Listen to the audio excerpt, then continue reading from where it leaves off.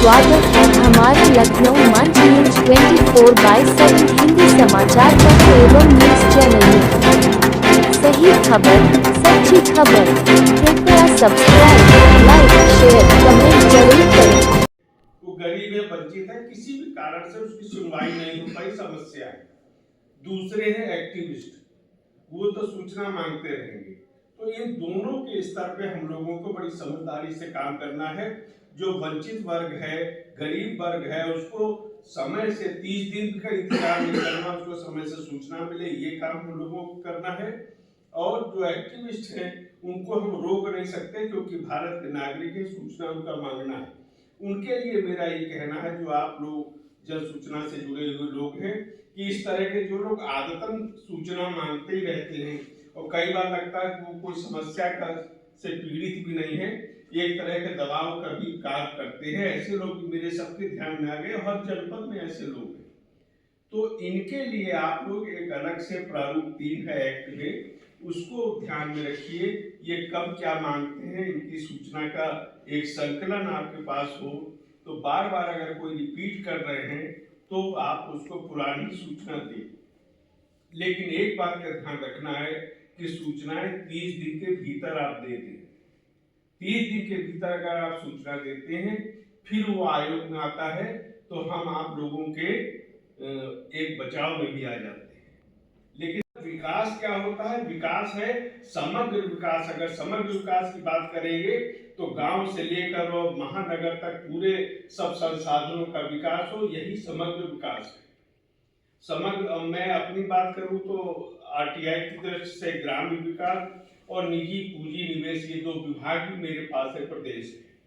और मेरा सब जगह ये प्रयास होता है कि जो एक विकास की यात्रा चल रही है, अगर उत्तर प्रदेश की हम बात करें तो दूसरी देश की सबसे बड़ी अर्थव्यवस्था का प्रदेश बन गया है ईज ऑफ डूइंग में, और इसमें भी बहुत तेजी से आगे बढ़े हैं, नंबर 2 की पोजीशन पे आ गए हैं। सिंगल विंडो सिस्टम है। कुछ समय पहले ग्लोबल इन्वेस्टर समिट हुई थी, तो निवेश भी आ रहे हैं, और एक्सप्रेस वे का भी प्रदेश जो बन गया है, नंबर 1 हो गया। इस तरह वो विस्तार में नहीं जाना चाहता, लेकिन जब ये सारे काम चल रहे हैं तो उसमें आरटीआई का योगदान भी सुनिश्चित होना चाहिए, और हो रहा है। मेरा सारा का सारा फोकस इस दृष्टि से है कि जो जनता की, आम जन की जो समस्याएं हैं उनका समाधान हो। ये काम आप 30 दिन के अंदर कर लेंगे तो उससे उनके समस्या का समाधान होगा। गंभीरता से विचार करना है। 2 प्रकार के जो जन सूचना से हम में से जो भी जुड़े होंगे, तो उनके 2 प्रकार के ध्यान आते होंगे। शासन के हिस्सों से, पुलिस विभाग से है, तो अगर सबका लक्ष्य हम लोग देखें तो एक है, वो है लोक कल्याण।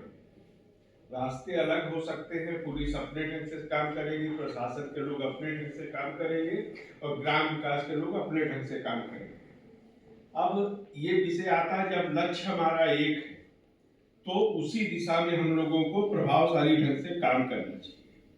और जब कोई देश या प्रदेश विकसित बनता है या विकास की यात्रा में आगे बढ़ता है, तो उस देश, उस प्रदेश का जो आकलन है इस आधार पर होगा कि लोगों की समस्याओं का कितना हद तक आपने समाधान किया है, लोगों को कितने संसाधन उपलब्ध किए हैं, उनका जीवन स्तर कितना उठा है। सीडीओ साहब भी इसको बेहतर जानते होंगे, और उनके लिए जो सुविधाएं हैं मूलभूत कितनी हुई।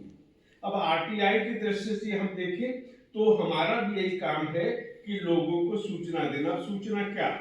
अगर किसी भी कारण से उनको शासन से, प्रशासन से, पुलिस से किसी संबंध में उनकी कोई समस्या है, तो उस समस्या का हम सूचना के माध्यम से समाधान करें।